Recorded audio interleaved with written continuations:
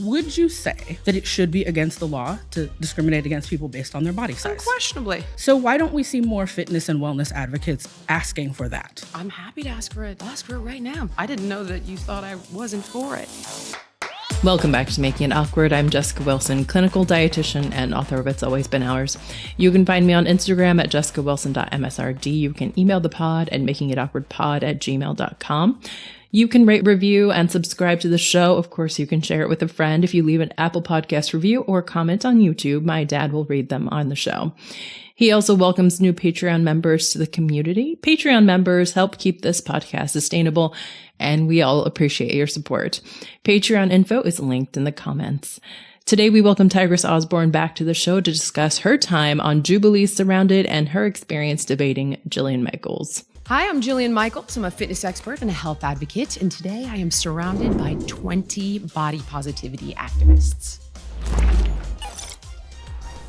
Tigress and I get into many topics, including the production and editing of the show, how she ended up in one of the 20 seats, what it's like to sit across from Jillian, how Jillian likely knew who Tigress was before she sat down, and what she would have liked to have discussed with Jillian if given the chance. When you sign on to do Surrounded, they will not tell you the name of the person who's going to be in the middle.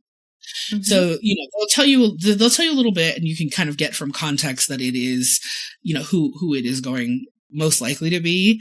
If they tell you something like, it is somebody best known as a trainer who participated in one of the largest weight loss projects of all time or something. They used some kind of terminology like that. That was like, so Jillian Michaels? And they're like, we can't tell you that. And so you're like, yeah, so Jillian Michaels. Like, who else is... Mm-hmm. Tigress also shares critiques she may get for being on the show. But I really appreciate you giving me time here in a space where I know people actually do want to do real analysis, real dialogue, real critical thinking around it. I know that's what your audience is. Like, your audience is a deep dive audience. While watching the show, I had qualms about how Jillian kept collapsing multiple concepts and frameworks into the body positive movement and what she didn't think it was about.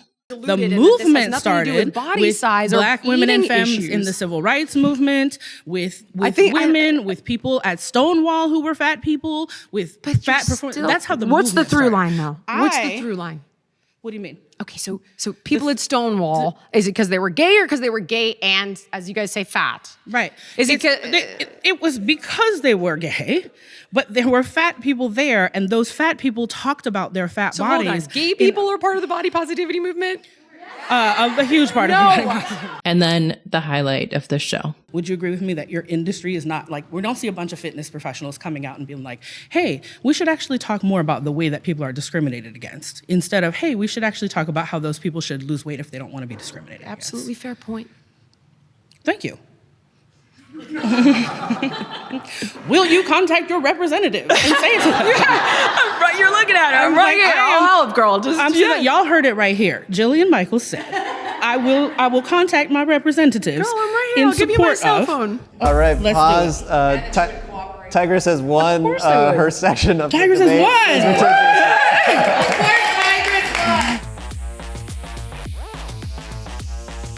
won! Tigress, welcome back to the show. Hello. Hello.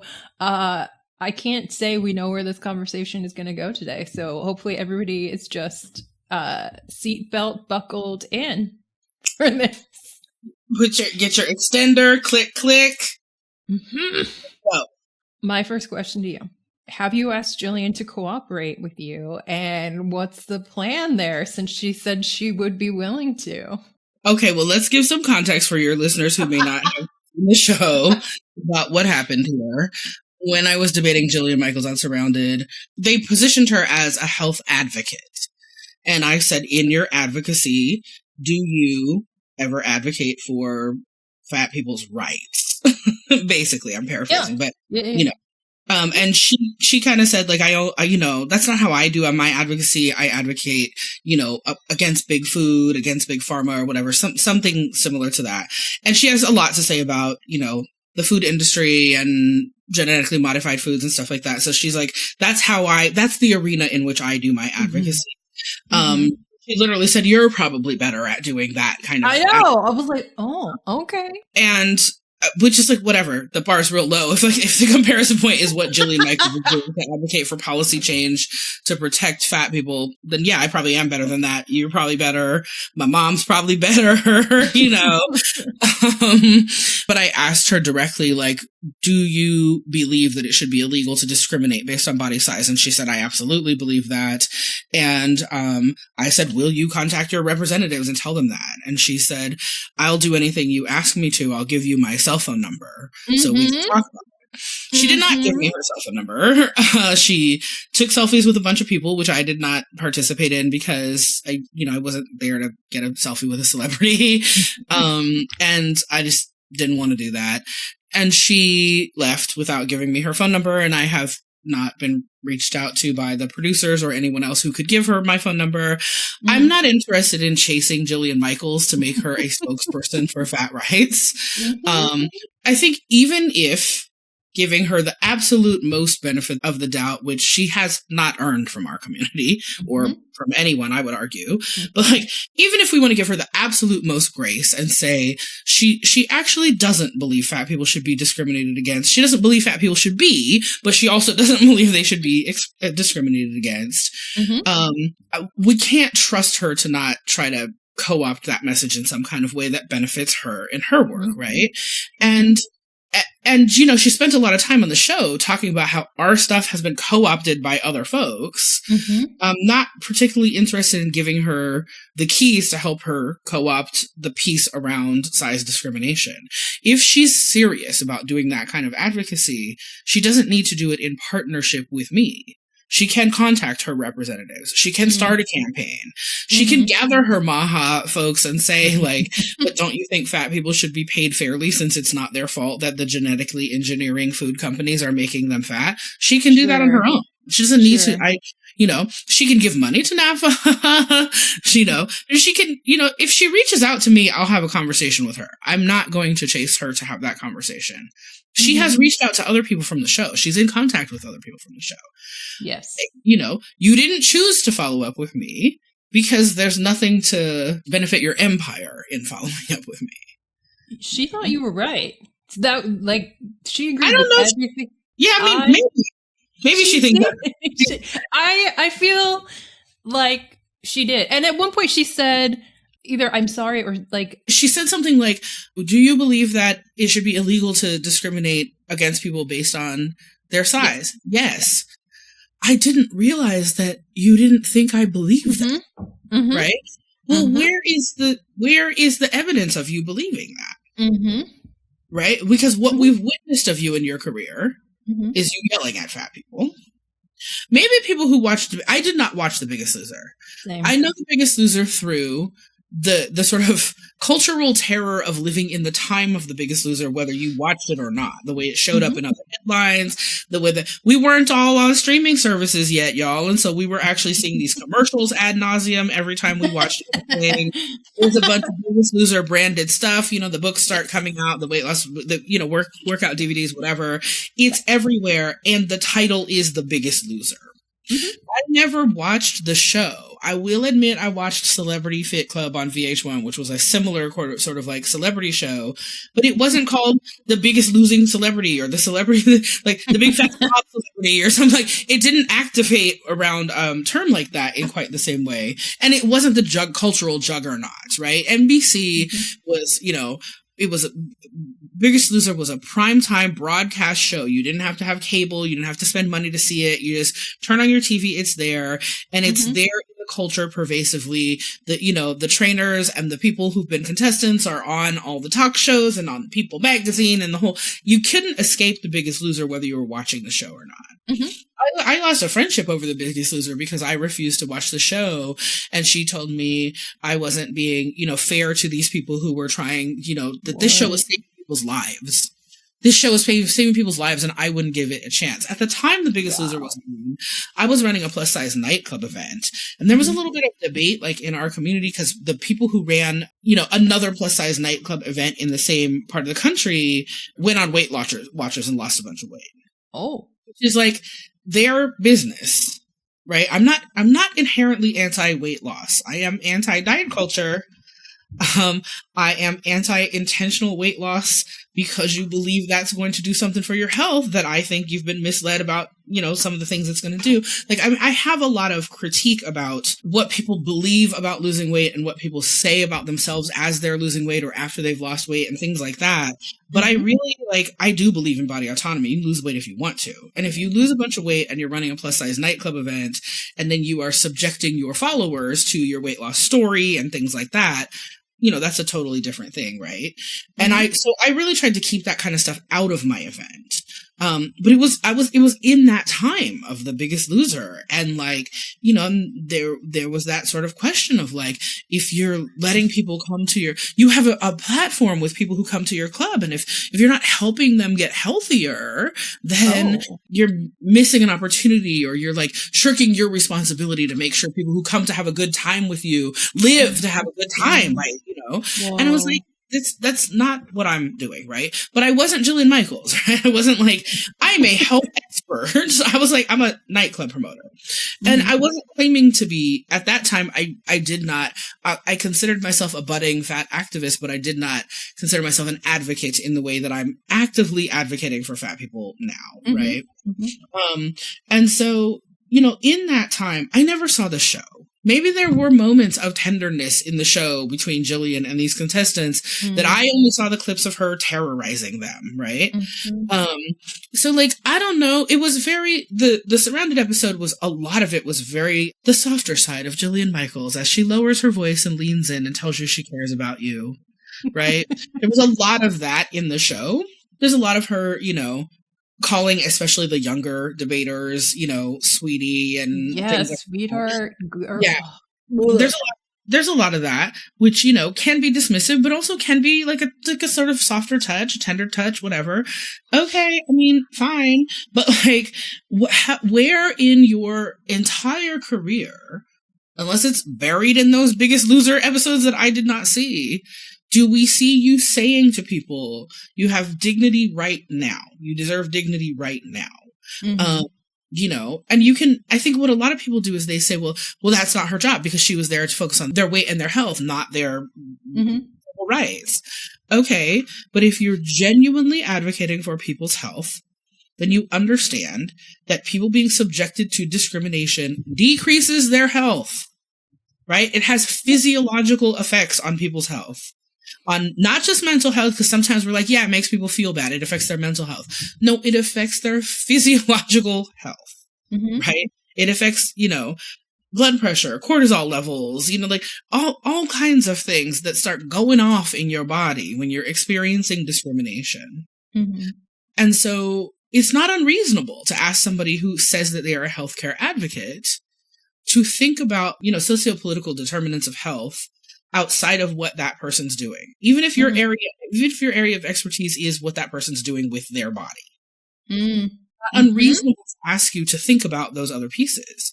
And so it's not your obligation as a fitness professional to contact your representative and tell them that you think they should pass a size discrimination bill. However, if you're actually interested in health, when you see the opportunity to do that, you might choose to do that because improving those kinds of conditions for people, improving those kinds of life experience for people improves their health. And so, but for her to be I didn't know that no one thought this about me. Yes. Where would we have received that information? Yeah. Show me the examples of where you've demonstrated that in other ways. And if the response is, well, I haven't demonstrated, but I do feel it. I mean, okay, well, now so you can act on it, right? I don't have to make you a roadmap of things that you can do to start eliminating discrimination. You have your own fitness app. Is there anything in your fitness app about discrimination? You have people who work for you. Do you have a non-discrimination clause? Does it include body size in it? You have a podcast. Is Tigress on your podcast? Not to debate. If she reaches out to me, I will entertain that. Okay.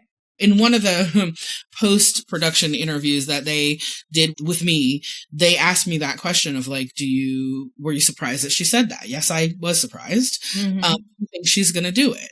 No, I do not.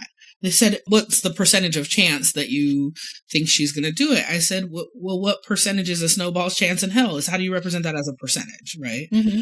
I'll have one more conversation with her if she makes that move, but she's not going to. So this is all a hypothetical conversation right now. Okay, let's start at the beginning. Mm-hmm. Did you get a call, an email, a text? What was it saying, come out here? I got an email from one of the casting folks on the show that, introducing what Jubilee is and saying, we are going to do this episode about one fitness expert versus 20 body positive influencers. I can't remember if in the original email they used the word influencer or activist. Right. But the message was, we might want to have somebody from NAFA, but we also I really want to make sure that we have a robust debate, that we're having, that we're really representing other sides of the issue. And so it wasn't really clear when we got the outreach at NAFA that they would invite somebody from NAFA on the show, or maybe they just have sort of a consulting with us about the show. And I didn't see it a lot, right? I'm not in, folks will see me quoted in articles or getting to participate in these media moments around topics that are related to size discrimination or to, combating anti-fatness or whatever. But there's a lot of media work we do behind the scenes. That's we didn't end up in that article, but we can read the article and we can see where they have some context, or they have some history, or they have some broader understanding of this because of the time that we spent with them. Usually that's me. I'm the spokesperson, right? As the executive director, spokesperson for NAFA. And sometimes it's our communications chair who is, the first line of contacting them. We always send folks. We have a media study that we did a few years ago that just sort of looks at the difference between how fat in relation to health and weight loss is covered in the news media versus how fat in relation to civil rights or size discrimination or fat liberation is covered. And I send that to every journalist that asks to talk to me, even if it's just some teeny publication or whatever, because I really do believe that narrative change is a long, slow game. But getting journalists and other folks in the media to understand the bigger picture around how fat people are represented in the media is really important. So if your listeners are interested, you can find our media study on our website. It's at nafa.org/media study. And you can look at that yourself. But I always send that. So we sent that to the casting guy, and then he and I got on the phone and had a long conversation. And, we got about, 20 minutes into the conversation. He was like, could I just tape the rest of this as a casting so that I can show you to our director? I said, sure. I wasn't sure about the show. At the time I had the conversation with him, I was vaguely familiar with the show, mostly through Amanda Seales being on the show. Oh. I didn't know the show's sort of longer history and some of the other problematic folks who have been on the show. There's a lot of arguments about this show is part of what helped shape the whole sort of Charlie Kirk arguing with college kids dynamic or whatever. And I didn't know that stuff when I talked casting. And some of it, I actually still, full disclosure, did not know until after I had done the show. But we always do some research before we do media. And we always have some conversation about is this the right platform? Is this a platform we want to participate in? What are the pros and cons of doing this for NAFA, for fat community, and also for me and my personal safety and stuff like that. Yeah. And so when they reached out, it was I told my comms chair, I will definitely have a call with this guy. I'm not saying that I will definitely do this show. But when I talked to the casting person, getting a sense of who else they might be able to talk to. I gave them a bunch of names. Whenever I talk to media, I always give a bunch of other names. Sure. Right. Here's who you should really talk to this person, talk to that person, talk to that person. Most of the people that I haven't found a single person who I recommended that they actually reached out to, except for Reagan. Except for Reagan, who I think they already had on their list anyway. And Reagan was supposed to participate in the show, but she genuinely had an emergency and had to not be there. But other folks, like I'd recommended, Ilya Parker from Decolonizing Fitness. I'd recommended Luca Chacon. They run a queer and fat positive gym in Oakland. And I recommended Kimmy Singh as a nutritionist. Like there were a bunch of folks that I recommended and none of them had any outreach. I recommended Deshaun Harrison. Like, no, they didn't reach out to any of those people. But at the time of the casting, I thought those were the kinds of folks that they were reaching out to. Sure. Yeah. And so I was like, yeah, I'll do this. So one thing that your listeners should know is like, when you sign on to do Surrounded, they will not tell you the name of the person who's going to be in the middle. Mm-hmm. So, they'll tell you a little bit and you can kind of get from context that it is, who it is going most likely to be. If they tell you something like, it is somebody best known as a trainer who participated in one of the largest weight loss projects of all time or something. They used some kind of terminology like that. That was like, so Jillian Michaels, and they're like, we can't tell you that. And so you're like, yeah, so Jillian Michaels. Like, who else is? Mm-hmm. I kind of wanted it to be Susan Powter because I'm sometimes obsessed with Susan Powter. Susan Powter is the fitness person that was my coming of age of like a fitness lady on TV yelling. Mm. She didn't yell at fat people as much as Jillian. She yelled about fat people and about dieting and about, big food has been out to get you because they've misled you about these things. But it was about like calories and fat. It wasn't about, and we weren't using the term big food back then. But anyway, whatever. I digress. If anybody is also obsessed with Susan Powter, holler at me because I'm still always love to talk to the Gen Zs who don't know who she is about who she was. So like we know it's probably Jillian. We also don't get to know who else is doing the show. So unless you happen to know somebody else who's like, hey, I'm going to LA for a film project this weekend or something like that, you just don't know. So I went into it knowing that Marcy Guevara-Preet from the Plus Bus was probably going to be there. She had mentioned to me as somebody who had recommended that they talk to NAFA.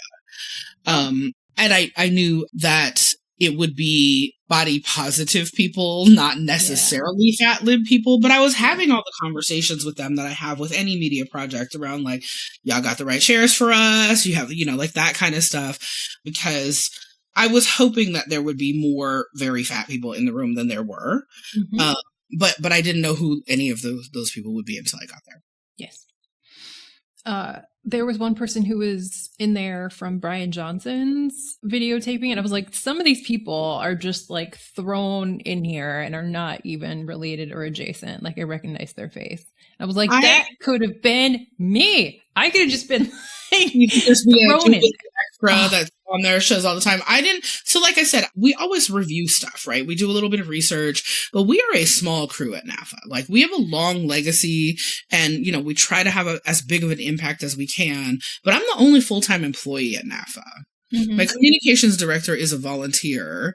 Our whole communications committee are volunteers. And so I didn't do the kind of deep dive of like people who watch Surrounded all the time, mm-hmm. like that have seen, multiple full length episodes. And so even like looking at some of the links that I pulled up or the things that I had already seen, I hadn't seen the whole racing for the chair thing.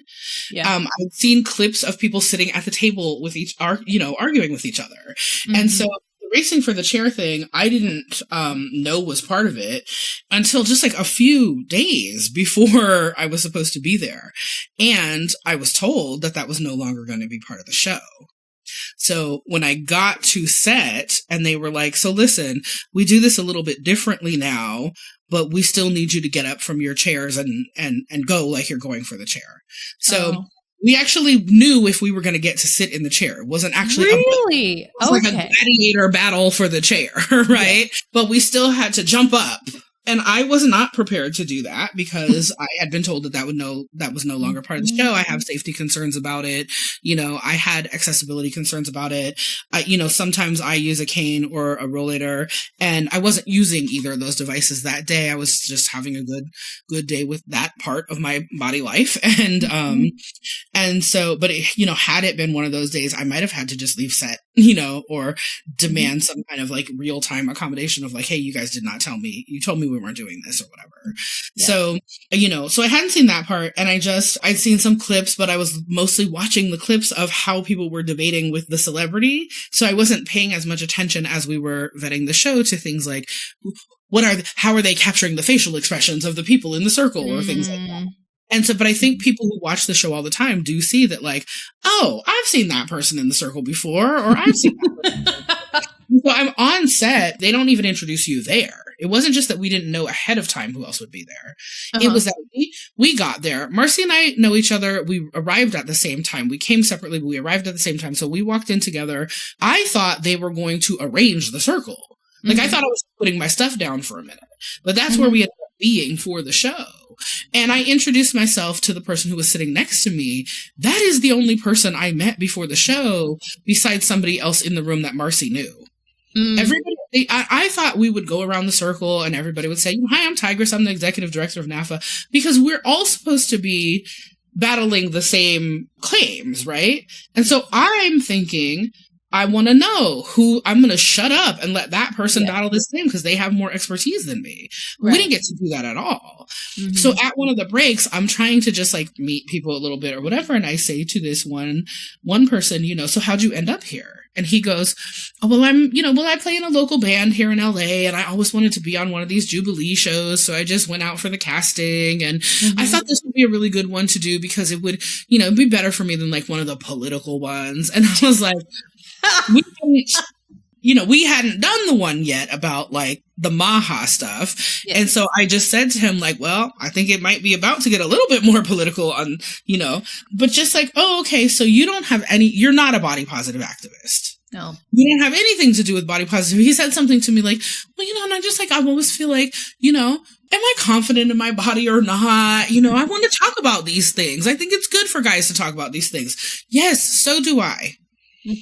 But you know what would also be good? To have some guys who are actually body positive activists talking about it. And then there were a couple people in the circle who like never raised, because, for folks who don't watch the show, you have to, somebody goes up against the person in the middle. And then everybody in the circle has a red flag that they can raise if they think they want to replace the person who is arguing with they call them the hero. I'm not going to be calling Jillian Michaels the hero, but that's what the production calls them, the hero. So, yeah. So the person in the center is talking to someone or debating someone, arguing with someone, whatever. And everybody else in the circle raises their flag when they're like, oh no, I want to get in there. I want to get in there. I want to get in there. Right. There are a couple people in the circle who never raise their flag the entire time. Interesting. And if you raise your flag, you are then considered by the producers as the person who can go next. Oh. So it used to be if you raise your flag, then you're one of the people who just gets to run for the chair. But now it's if you raise your flag, you are considered by the producers. Oh. So there are lots of people that you see like nodding, and some of them were still, either great actors or genuinely enthusiastic about the topic, even if they were not experts. But it is definitely not 20 experts up against the hero. It's 20 people up against the hero. Do you think that helped you out with the smaller pool? Because you got to go up twice, right? I got to go up twice, and I then also got asked to do a post debate interview, right? You see at the end of the show where I'm sitting in the circle by myself. Yeah. Everybody did not do those. I don't know who else would have had to be in the circle for that to be different. Okay. I think that like you want some people who are actual experts because that helps legitimize your expert, right? As much as I hate to say that, right? As much as I hate to say, like, me participating helped legitimize Jillian Michaels. The show is a gamified show. This is not organic dialogue. This is not, this is not just like we're in conversation with each other. Like, there's strategy here, and I thought more of the strategy would be us being able to figure out amongst the circle who's the best one to be with.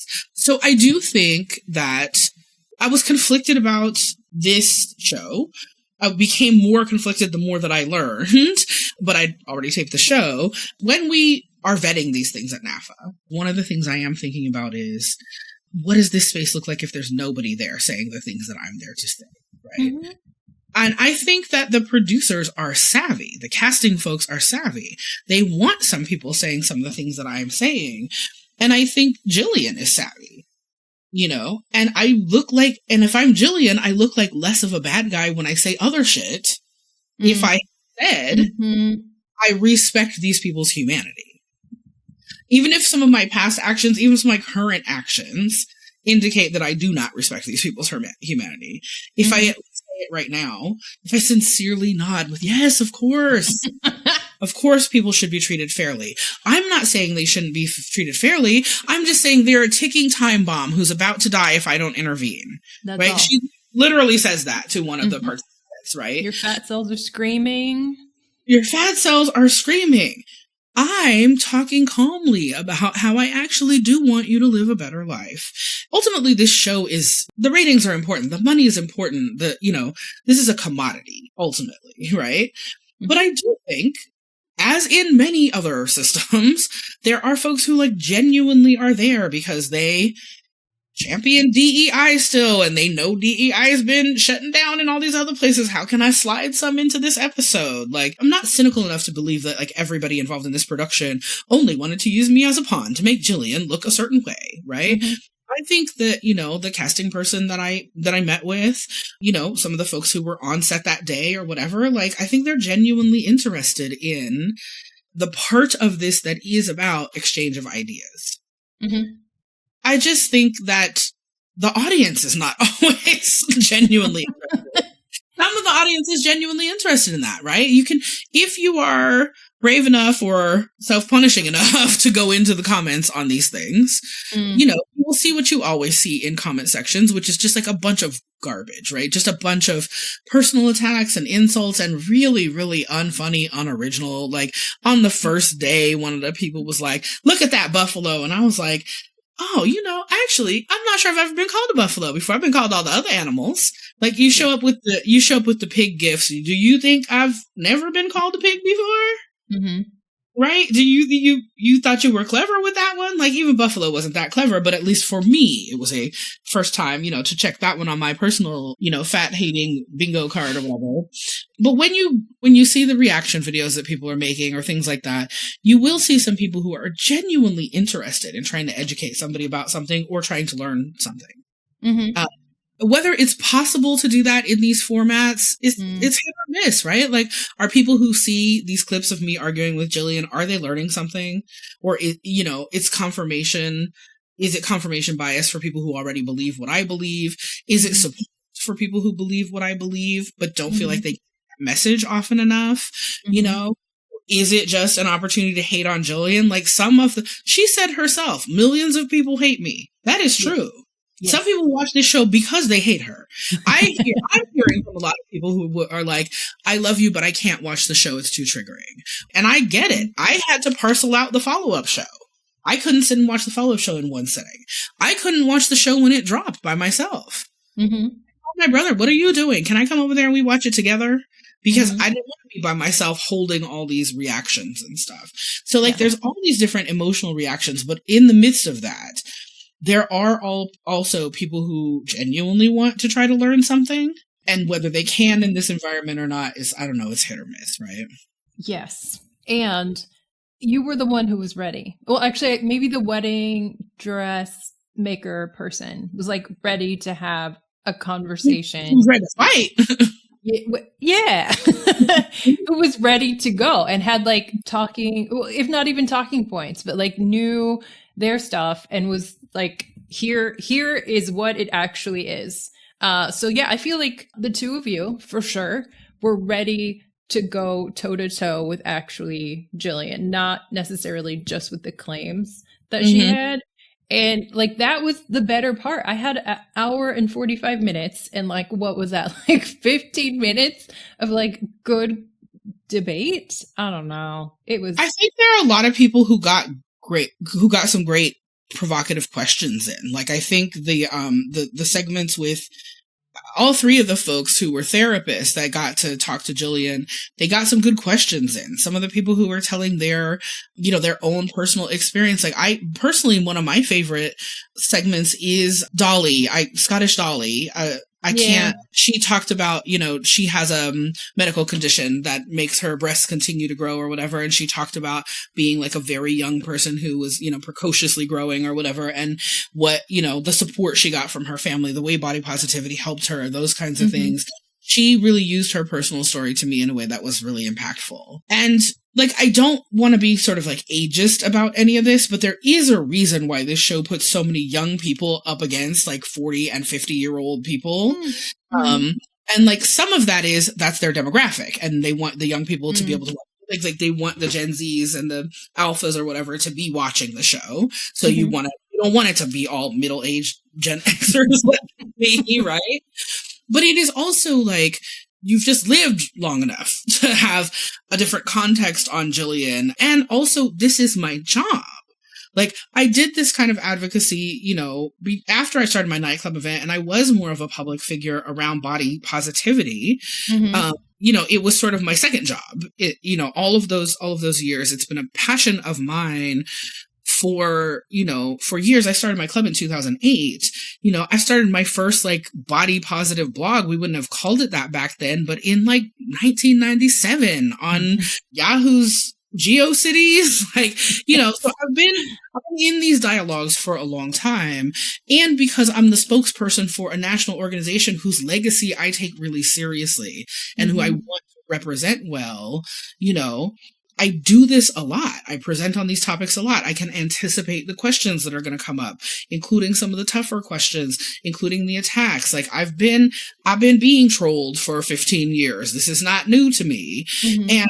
And like, I think there's a potential for more vulnerability around some of these younger participants around like vulnerability in the debate, right? I don't mean they don't like, they are strong folks, right?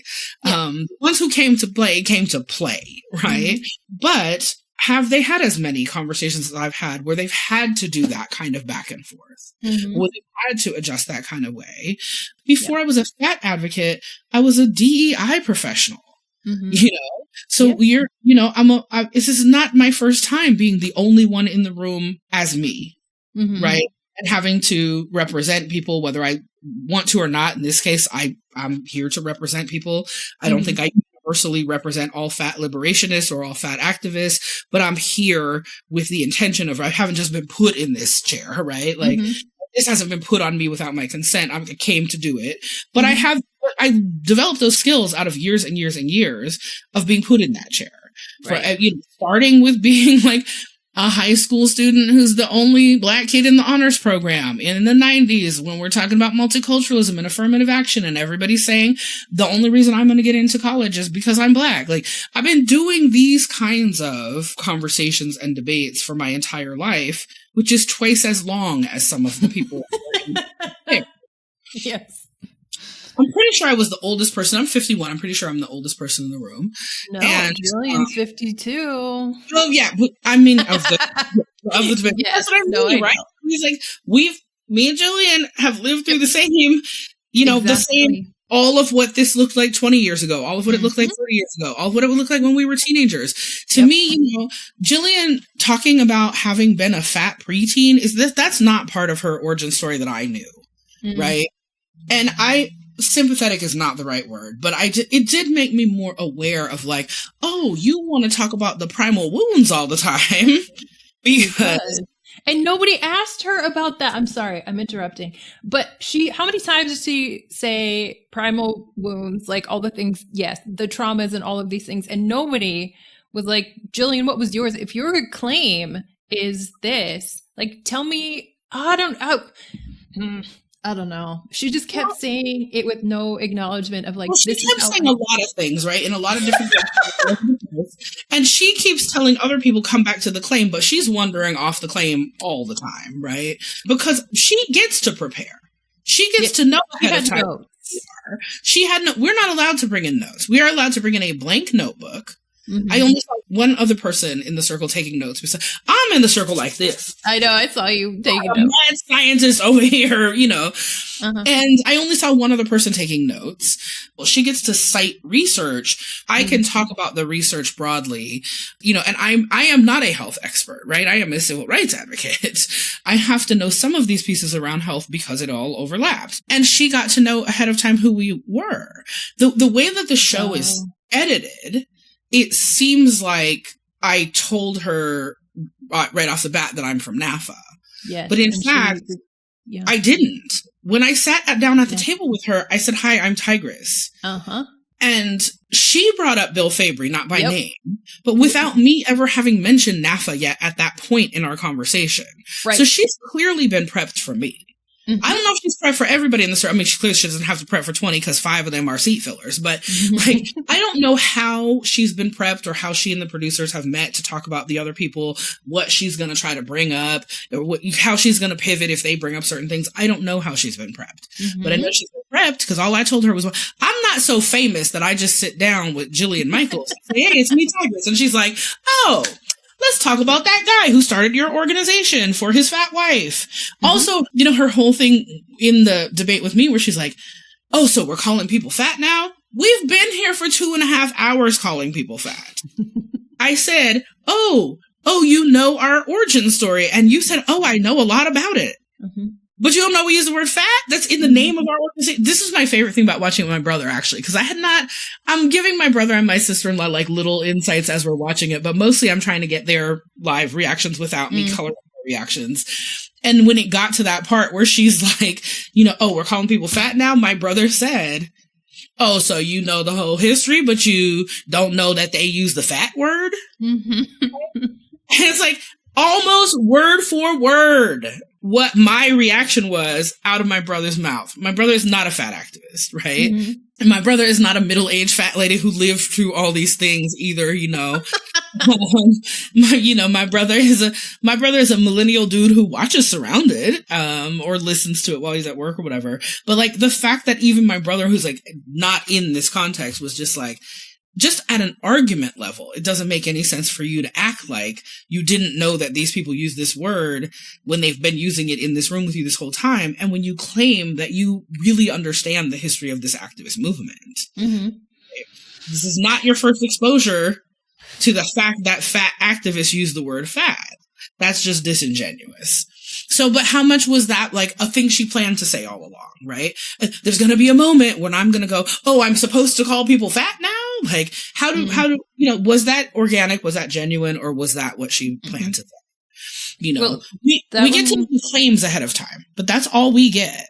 But she clearly, like, I'm like, did she get like an info sheet on me? I don't think it was like Jillian Michaels on her phone at her house being like, "Let me look up Tigress before I debate her," right? Like, this has got to be part of the prep for the show, right?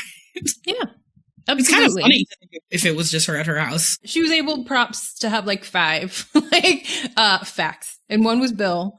And the health portion of it, like access to healthcare. She mentioned, what's her name? Stacy somebody? God. I don't know, the intuitive eating dietitian lady. Yeah. Yes. She knew her. Eating is not body positive. This is the thing. Thank you. Okay. I wanted to talk about this. Bring it back to the claim. Bring it back to the claim. The claim is that body positivity does these things. Yes. Intuitive eating and body positivity are 2 different things. Are there intuitive eating practitioners who identify with body positivity as part of their values or part of their framework for doing their work? Absolutely. But are the 2 things the same? No. If you have a beef with the concept of intuitive eating, but that's not a Surrounded episode, right? That's not a Surrounded episode. So you have to wedge that in here. And whatever, like, we all have our things that we want to get in here in this dialogue. But you should have been, Jillian Michaels, having a Surrounded episode that was like, you know, 1 fitness expert versus 20 food experts, because half of what you want to argue about today from your Maha platform is, you know, your claim was the biggest beneficiaries of body positivity are major food corporations, right? If your argument is they're benefiting because intuitive eating experts are telling people they can eat whatever they want to, and then food corporations benefit from that. Yes. I mean, okay, but that's not. Which of these things are we talking about? Are we here to argue the claim, or are you just going to talk to me like you're my mommy and you're telling me what I'm allowed to say?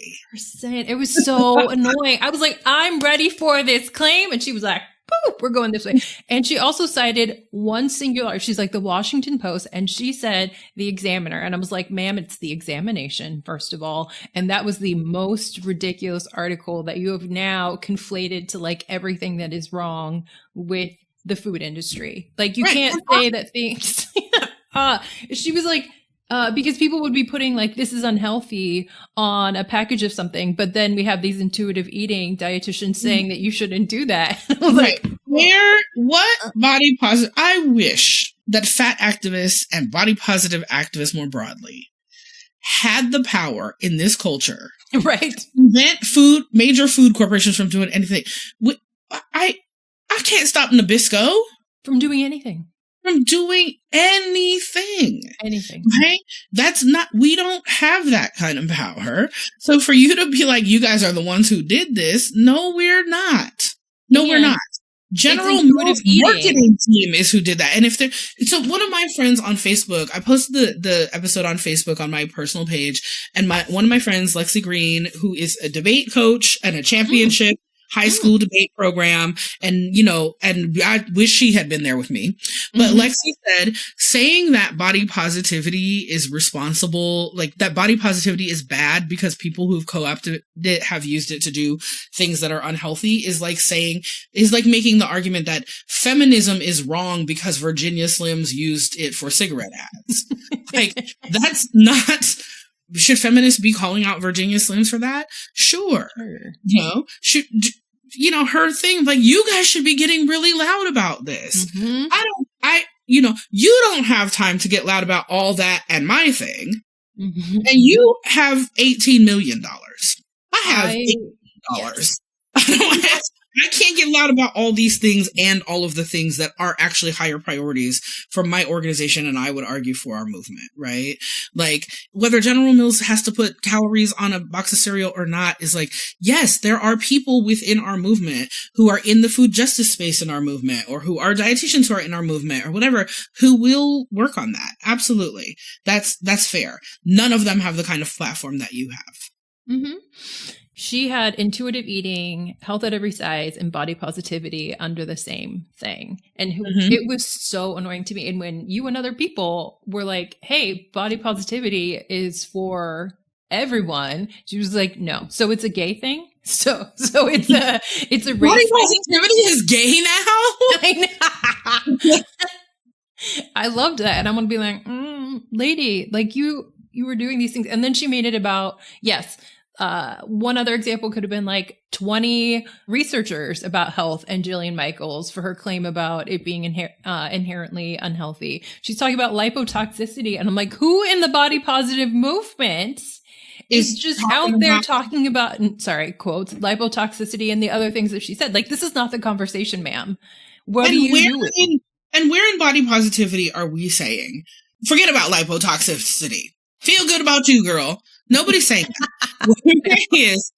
What body positivity is saying is, often is oversimplified, is just a feel good about you, girl. But it's not feel good about you, girl, and don't do anything but feel good about you, right? It's never been that in the first place. And the folks in body positivity who are more politicized, many of those folks have moved on from using that language. I don't use the language of body positivity often. I used it in this episode because I was invited to. I'm using it more and more often because of the way the media is attacking body positivity.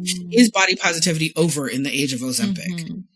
Do body positive people have to leave? It's like the New York Times editorial video a few weeks ago about like body positivity is so toxic I had to leave for my health. Well, there are people in body positivity who are pursuing health. Many health practitioners identify, folks in health at every size. A lot of times within our movement, the folks who are not using the term body positivity, it is because it is not politicized enough. It is not enough about the, socio-political indicators and causes related to health. And so we have our own critiques from within the movement of body positivity, but also the roots of body positivity and the backbone of body positivity really are still those values that came from fat liberation movement, that came from other liberation movements, that are about systemic power and the way the world works and what that has to do with how bodies are impacted.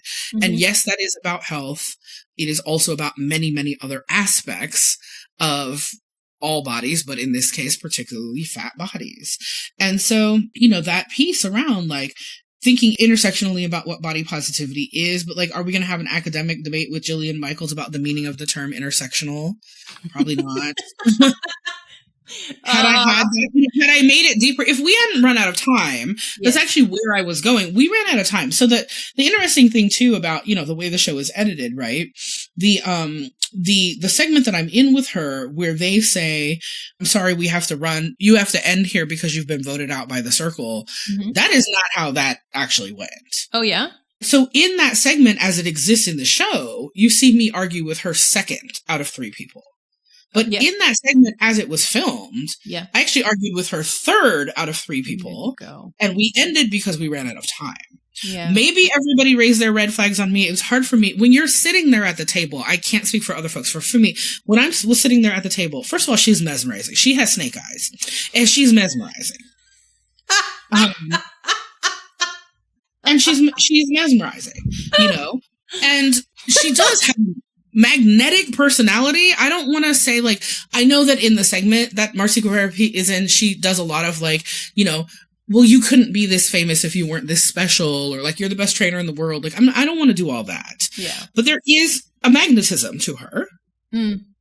I'm sure that's true of many of the people that they put in the middle, right? And on this show, right? And when I was with her, I was really right there with her. It was hard for me to like be in my periphery, seeing what's happening around I'm trying to get my points across. I'm representing what I really want to say and not letting her sidetrack me. So I'm not really watching. I'm not waiting for the other flags to go up. And so I cannot say whether it is true that the other flags went up. What I can say is, that is not what the host said at the end of that segment in real life. And so, my brother was like, I don't think that seems right because the clock didn't seem right, And I was like, well, I didn't watch it back to see if my brother was right. I know that when the other person sits down, it still shows a certain amount of time. Yeah. But so that's the thing is like, if I had more time, if I were given the 5-minute follow-up Tigress versus Jillian episode, which I don't believe is ever going to come. But if I were given that, I would want to talk about the question that one of the therapists brought up about like, do you understand why the O words are considered harmful? I don't want to talk about what the definition is. Jillian's answer is, that just means this. That was not the question. The question was, do you understand why people consider it harmful? Not hurtful, not why it hurts my feelings. That's not what she said. She said harmful, right? And the fat activist or fat liberation perspective on why those words are harmful, how they are pathologizing, how they have increased stigma, even though they claim to decrease stigma. Like, I would have that conversation. I don't think Jillian Michaels wants to have that conversation, right? No. Maybe somebody else from Surrounded wants to have that conversation, but Jubilee is not going to give us that a platform for that part of the conversation, right? Some of what is most meaningful in fat activist work is the shit that's not sexy enough for shows like this. And Surrounded is an internet show, right? It is for YouTube. It is for the clips. And what the internet wants to do, and what you actually need to do to get people to really understand where fat activism is coming from, are 2 different things, So if we can use some of these clips, if we can use some of the show to hook people and make them want to learn more, they're not going to get it all from a show like this. They're not. That's not what the show is. Okay. And most people are not media savvy enough, even after, decades now of reality television and seeing all the time, look at this, that was actually filmed, and then this is how it was in the show, right? If you watch reality TV, this is closer to reality TV than it is to news, right? This is not even Bill Maher, and I hate him, but than that, right? Because again, it's more gamified and it's more edited and all of those things, right? And so, but most people are not media savvy enough to even ask the questions about, is this the way this was filmed? Is this what was actually said? I will say that my segment is really true to what I actually said. There's some fear when you do projects like this, that you say, do you believe it should be illegal to discriminate based on body size? And they cut it up in a way that makes you say, I believe it should be legal to discriminate based on body, or whatever, right? That they can really manipulate stuff. They did not really manipulate my clips that way. They manipulated the timing, right? They're shown in the reverse of when we actually argued those two things. Mm-hmm. But the words are really, like, they don't truncate a lot of what I said. Like, there are little places where I can see that, like, they remove some little example I gave here or something like that. But, like, it is pretty true to what I said. So, if folks appreciate what I said, it's accurate. And if they don't appreciate what I said, I can be accountable for that, because it is, they didn't edit me in that way. Mm-hmm. Yeah. So you also won. What does that mean? I did not know that was a thing. It is genuine surprise when they're like, this round is over because Tigress won. And I kind of like threw my hands up and I was like, I won. That was genuine surprise. I did not know that was a thing. That someone was declared the winner ever. I've not had anybody who watches the show say like, oh yeah, they do that all the time. People are like, yeah, I've never seen that. Mm-hmm. So again, like, did I actually win? Or is that sort of a, like, Jillian seems more reasonable if we say she can take a loss, right? If we show that she can take a loss, then we've established that she can agree. She says a lot of things to me, like, yes, you're probably better than that at that than I am. Or, mm-hmm. I'm not going to disagree with you about X, Y, and Z, mm-hmm. right? So is that genuinely how she feels, or is that strategic? I don't know. I don't feel like she's strategic. Or is it both? Well, but she doesn't have to be strategic for the producers to have prepped her that way either, It doesn't have to be like Jillian's playing chess with me. It can be that the producer set up a framework. And I just don't know. I think it is possible all the time for people who are incredibly anti-fat in some ways, mm-hmm. especially people who justify that as a health concern, to still say that they believe in equal rights for fat people, right?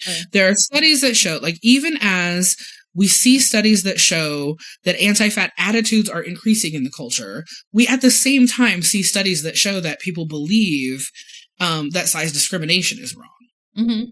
And so, this idea that, like, somebody can be like, you're gross and I don't want to date you, but sure, that's fucking what your boss is paying you less than your thin person. You're doing the same work as them, then they should pay you right? Mm-hmm. Like, there are ways that people can see the justice parts and still hold the other parts, right? Well, like, I want you to be treated fairly, and part of you getting treated fairly is you living long enough to be treated fairly, and I think you're a ticking time bomb that's about to die, so mm-hmm. I'm trying to save your life so you can be treated fairly, right? That's a way that people process this sometimes. I'm not saying it's the right way to process it, but I'm saying it could be what is happening in her head. Mm-hmm. That she genuinely believes, I am fair to fat people and I want fat people to experience fairness in the world, but not at the expense of me saving their lives. They have to live, and I'm here to save what I do saves their lives. And the rest of it doesn't matter if they're going to die anyway. Right? So that's really common from fitness people and health and wellness people. I kept coming back to, she never said, and you could be thin. Like, once you address this internal wound, then you can be thin. There's a thin person, like, nobody really, not nobody, you did great, first of all, but nobody ever followed up with, and you want me to be healthier, you want me to be eating mechanically, which is something she said, so that I will be thin. Like, all of this was about fatness, but she was able to take people in like a therapeutic opposite direction. And it rarely came back to this. There's a thin person inside of you that if you address these things or don't do these things, you will become thin. Well, but if you're operating from the basic premise that fat people are fat because something's wrong, yes, then it's always the conclusion, even if you haven't explicitly said the conclusion, it's always the conclusion that if they fix what's wrong, yes, the fat will go away, right? And that is part of the reason why the civil rights piece is so important, because even if I conceded every single thing, I don't. Jillian Michaels was up there saying some 90s talk show type shit about like, well, probably they're fat because they were sexually abused. Oh, okay, Jenny Jones, like, I don't. That was the eating disorder part. Yeah, and you have an eating disorder because you were touched as a child. And you can't have, your claim can't be body positivity oversimplifies eating disorders and then be like, probably you were touched and that's why you're fat. Like, we're all oversimplifying some things here, aren't we? And, yes. But also, and you just doing this throwback, it really was like, I was like, are we on Montel? Like, this feels like. Geraldo has things to say. You and the wedding dress person were able to bring it back to fatness like the most consistently. I feel like other people let her, like you and I know that she was saying if you address like whatever is happening here, then you will be a thin person. But I feel like people were able, like, more taken in perhaps by her snake eyes to like make them feel just like seen and cared for, and not knowing that Jillian's like in the back of her head or in the front of her head was like, oh, if I could only get to you, you would lose more weight or you would do these things. I don't know. And it's interesting to watch how many of the folks that went up against her feel like part of what they have to do is admit that they want to lose weight, or admit that they've tried to lose weight, or, there's one young man who just like talks about his weight loss journey, and then after, or weight release, whatever people are saying now, Thank you. What was that? What was that? I don't know. The first place I saw it was with Lizzo, but I'm seeing it really, really more and more lately. This idea that, that it's you're holding on to fat and you're going to let it go. Yes. And that's somehow more neutral than you were carrying fat and now you've lost it. I haven't, fully thought through that, but it's something I'm noting that I want to think a lot more about how we're moving into that language. I'm like, diet culture's already ruined the word journey for me. So are you going to ruin the word release now too? Like, I just want to have my, different world flashback, relax, relate, release, Whitley Gilbert kind of, I want to be able to say that without having it stir up like diet and weight loss connotations because everybody's saying release now. Having said that, this young man released some weight and he's got a whole story about that.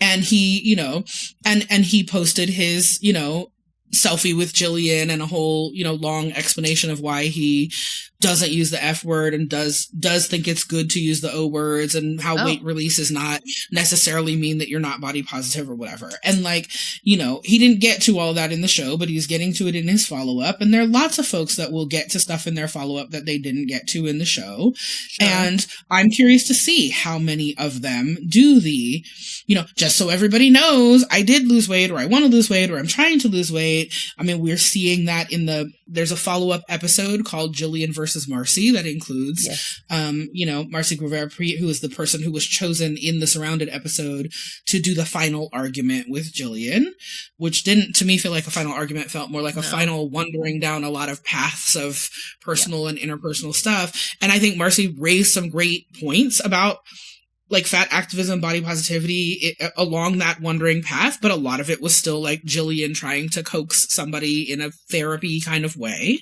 And I feel like that was the 1 hour follow-up 1000%. She was like, okay, that's your, primal wound and all of these things. Like, go back to what you really want. Like, remove yourself from this community, remove yourself from the ways that diet culture impacts you on a daily basis. Go back to your childhood. And if you address that, then I will be able to be your personal trainer and you will lose weight. And then you will, and I will be able to be your personal trainer, and you will lose weight.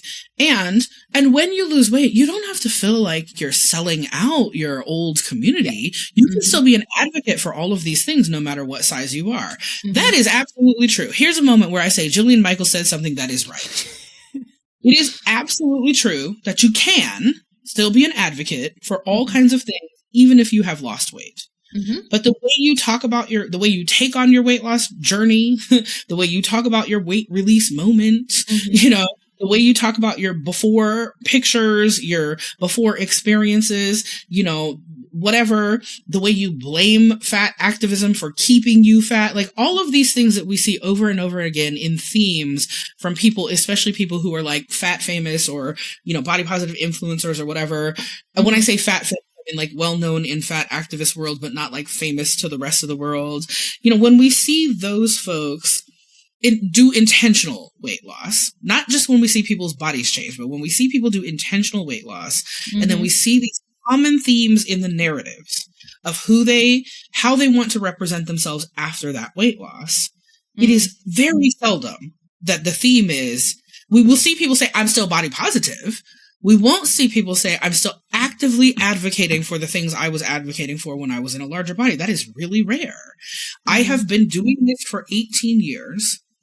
I have seen one person lose weight and then successfully moderate their spaces to ensure that fat people are still respected in those spaces, that their former body is not talked about in a way that is, toxic. Like, are they doing when they're now saying radical honesty? Can we be radically honest and talk about the real things that are hard about being fat, or the real things I just didn't like about myself, or can I talk about my primal wound without everybody just being like, you're a traitor, you flipped on us, or whatever. Like, all of this stuff it is so rare to see somebody want to continue to engage, because what happens is you've got newfound privilege and you want to be enjoying your privilege. So people who've always been thin, their thin privilege is not newfound. When they make their way into fat activism or fat liberation or, body sovereignty or any of those things, when they make their way into it, they're not having that sort of zeal of the converted experience because they've been thin. Right? And so if they are committed and want to use their privilege, they are probably going to fuck up because they have privilege that they don't always see or whatever, but what is not part of the experience that is different for people who are newly thin or newly thinner is that they're not having the sort of the lottery win feeling of having finally gotten the jackpot. What happens when people are having that, then this is me playing therapist, I guess, but like, I'm telling you from what I've observed, everybody's going to be different. Everybody's going to have, whatever their psychological journey is. But the pattern that we often see is, I'm thin now, I'm throwing fat people under the bus. Or I'm thin now, I don't want to be around fat people anymore. Oh, wow. They're unhealthy for me. And, and so like Jillian is right. You can lose weight and you can still be an advocate, but will you be? That's the challenge that I'm going to put out there. Because I'm not going to tell anybody in this world that if they think best chance at survival is losing weight, that they should not try that. I'm going to tell you I don't think that's your best chance at survival. I'm going to tell you that a lot of the things that have shaped your idea that that's your best chance of survival are false or are motivated by capitalism, not health, or don't care about you or won't work for you or like whatever. But I'm going to tell you all of those critical things. And if you still want to go for it, that's your body and your business, but you have to be accountable for what you do after you go for it. And if what you do after you go for it is treat fat people like trash, then yeah, you should be worried about betraying fat people because you're going to, right? So it's really hard to hold that line. And I can't say whether Marcy can hold that line or not if she continues becoming, as she says in their follow-up, they call each other friends, right? Yes, they went to lunch together. Lunch together. They're having, they're friends. They got nicknames for each other. Marston, yeah.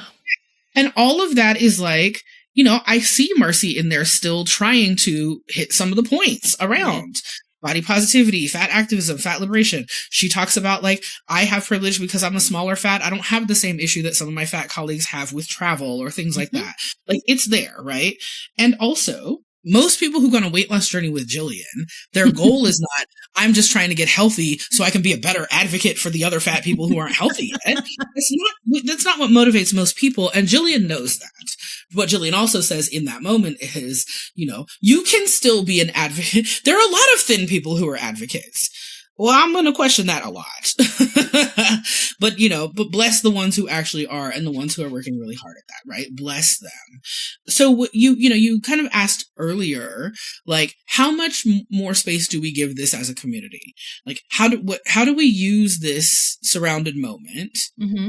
And where do we pop up with the fact checks that the producers didn't do? Because the producers did some good fact checks. Some of the things that Jillian said that we were literally in the circle yelling fact checked at the middle of the room.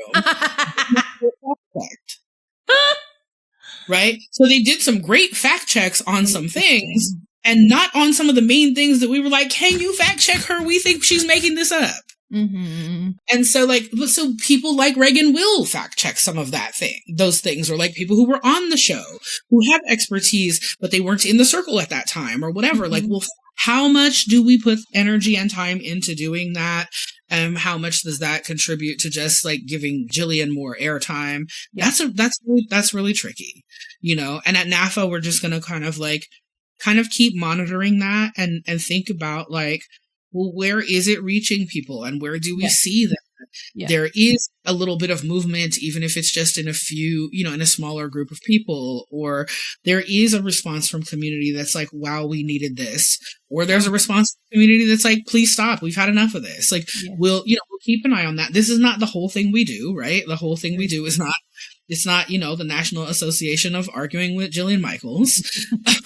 But I really appreciate you giving me time here in a space where I know people actually do want to do real analysis, real dialogue, real critical thinking around it. I know that's what your audience is. Like, your audience is a deep dive audience. It's not a quick hit audience. I know you have a really thoughtful audience. I think that there are some other folks, some other spaces in FAT community where we're, with or without me, this will be talked about in really, really thoughtful ways. Some of those will be more critical of me for doing it, having anything to do with Jubilee, whatever. But I don't know if it makes it better or worse for folks, but like, just so you know, I don't know what they paid Jillian to do this, but I think I got a $50 stipend or something. We got some like teeny tiny stipend. I got a little bit of money to travel, which was not enough to travel. We covered the rest of those resources for me to be there because we felt like this was a place where letting it go uninterrupted, if the folks who have our values are there, then it all just goes uninterrupted, Can I go back to your thoughts about fact checking and doing all of this out there? And I am, you made me think about reaching which audience, I guess. So the Jubilee audience, younger people who love to hear people argue and not discuss.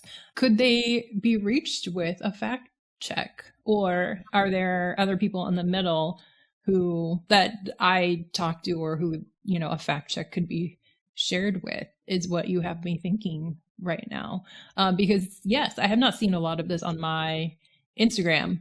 Maha Action posted a clip, and from what I saw initially, like, the comments were not terrible.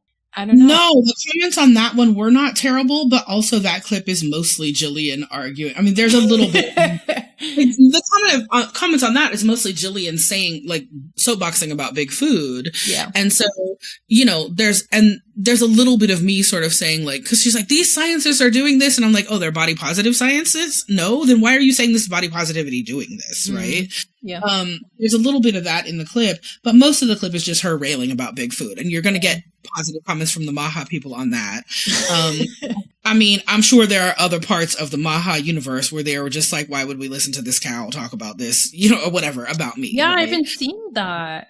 Yeah. But listen, if FAT community casts some kind of protective totem around me that has prevented these people from dragging me in the dark corners of the internet, good. Okay.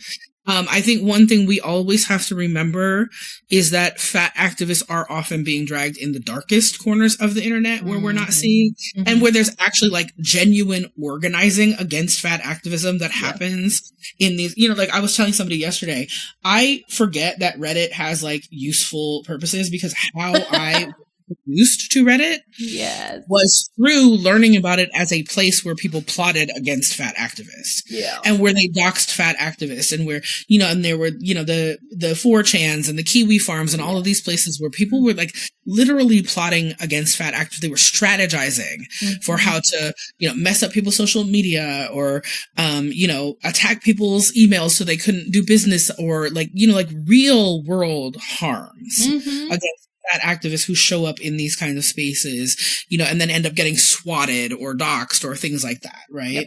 Yep. And that is not the part that happens in the comment section. The part that happens in the comment section is just like, posting a GIF of somebody eating or whatever, right? Or just, or the sort of like health trolling, concern trolling of like, it doesn't matter because they're going to be dead anyway or whatever.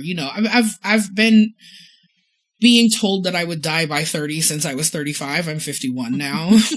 Like, there will be people showing up, and especially on YouTube, where there is a whole sort of cottage industry of fat people are gross videos. The people who love those kinds of things will show up in the YouTube comments to say those kinds of things. All of that stuff happens whether we see it happening in the spaces we've cultivated or not. And I am glad to have cultivated spaces where I don't see that happening, and where the folks who follow me and want to learn from me or want to get active themselves around social change or whatever, like where those folks are not subjected to that foolishness. But what people have to remember is that we do still live in the same world as these trolls. And it can be really easy for people sometimes to be dismissive about like, that's just the internet, just close your laptop and you won't see it anymore or whatever. Mm-hmm. And it's like, yeah, the guy on the internet that's saying these things about me, you know, or the woman on the, and I don't want to say, make it seem like it's all the shirtless dude bros either. It's also like, you know, the nice white ladies of trad wifing or whatever. Like yeah. There's lots of demographics of folks. And, you know, sometimes genuinely well-meaning in their concern trolling and sometimes just in their concern, which is none of their business, but we receive it as trolling, but they don't intend it as trolling. Mm. Like sometimes there's that, and there's a whole spectrum from that all the way to just like, this person just wants an excuse to fuck with a fat person. And so they're making it health because they know they can. Like wherever all of that exists, we still, you know, like those people are still also the person behind you in the grocery store line, or, you know, the person next to you at the stoplight making pig faces at you out their window or whatever. Like the trolls still exist in the real world too. There's a lot of disingenuous folks. And also I actually do sometimes see people learning things in the comments. In the last couple of years, I've spent more time in comment sections, not than I probably ever have before in my life, not just on fat stuff, on other kinds of social issue stuff, on ICE stuff, on Palestine stuff, on like, I've learned things. There are people who are genuinely trying to educate each other, and there are people who genuinely want to learn. And the question is, can you wade through the cesspool enough to get to all of that? Mm-hmm. And the more content we put out that is not cesspool content, the more we raise the bar on the possibility of that learning. Okay. So I do think, like, you know, some of the things that Jillian says that are just egregious that were not fact-checked in the show, other people putting out fact-checking stuff about them, does it reach the people who are already dug into, like, we hate fat people? No, it doesn't, right? Okay. But those people who are in that space of, like, oh, I actually thought it was better to use the word obese because it's the medical word, so I thought that was what I was supposed to say. Or, like, you know, I haven't made the connection that even if I think I'm right about this person's health, all of this coming at them is actually unhealthy for them. Or like there are people who are still movable, I believe. Okay. In this Ozempic era where there's more and more just noise and constant messaging around how, you know, you have to change your body or you're going to die. Yeah. I think they're still movable people. So again, thank you for making some space at this like earlier stage, right? It's only been out for a week. It's already been seen by 2 million people. And you've already got your audience thinking about it critically through your previous episode. And so like, thanks for giving it some airtime this way. Thanks for coming on and telling us about it. Unfortunately, I want to have you back to talk about how it continues. Well, fortunately, I want to have you back. Let's see what happens. Let's see what happens. We'll figure out what we want to talk about some more. Yeah. I am going to write a little bit about this, probably some things I've already just said to you, but I'm going to write a little bit about this for the next NAFA newsletter. So your listeners who are not on our newsletter list can sign up for that. If you just go to NAFA.org, you can find our newsletter sign up. You can find our campaign for size freedom. You can donate to NAFA if you believe in our work and you want to support that. And you can also see what kind of fat community events we have coming up. Do a lot of virtual events, so no matter where you are in the country, you can join us for some things and just be in community with folks and be in some spaces where we're not talking about Jillian Michaels and just, you know, we're just being together, celebrating who we are and uplifting some folks who are living in fat bodies and doing some kick-ass things. And so we'll have our spring brunch in April. Every month we have Fat Fridays Virtual Social Club, which is a fat-only affinity space. We've got a super fat group. We've got an ally working group coming soon. So like lots and lots of stuff coming from us if folks want to follow us and get involved. It's fantastic. Tigress, thanks for coming on. Thanks, Jessica. Thanks again for Tigress for coming back on the show. I was just in LA talking to Cal State LA students about the themes in my book, It's Always Been Ours. And afterward, a couple of students asked me what I thought about this Jubilee episode. They'd seen clips of the conversation on Instagram and some response videos on TikTok. So, although I may not be seeing much chatter online, it seems to be hitting younger folks. And I just went over to Reddit to see what folks were saying about this episode, and no one over multiple threads was agreeing with Jillian. They didn't want to give her attention. They talked about how The Biggest Loser was trash and how Jillian was the obvious villain in The Biggest Loser documentary. They also agreed with me and Jen Jacobs that Jillian was a one-hit wonder and no one should care about her anymore. And I didn't see any gross comments about fat people or comments referencing people on the show. One person critiqued the term fat-bodied, but that was it. Granted, there are deeper parts of Reddit that Tigress mentioned, so of course, it's all relative. Next week's episode will bring a different kind of discussion to all of you. I got to sit down with a Maha mom and talk with her about the status of the movement. Neither of us were trying to prove a point, and I was able to be curious without her getting defensive. After this episode, I realized how important those kinds of curious conversations can be. Until next time, friends, ignore Jillian Michaels and make it awkward. This has been Making It Awkward. I'm Jessica Wilson. You can find me on Instagram at jessicawilson.msrd. You can email the pod at makingitawkwardpod@gmail.com. You can rate, review, subscribe to it. You can join the Patreon. This show is edited by Jen Jacobs, who looks forward to forgetting about Jillian Michaels. This is a production of The Body Politic and sponsored by the Legacy of Sacramento Outward Services.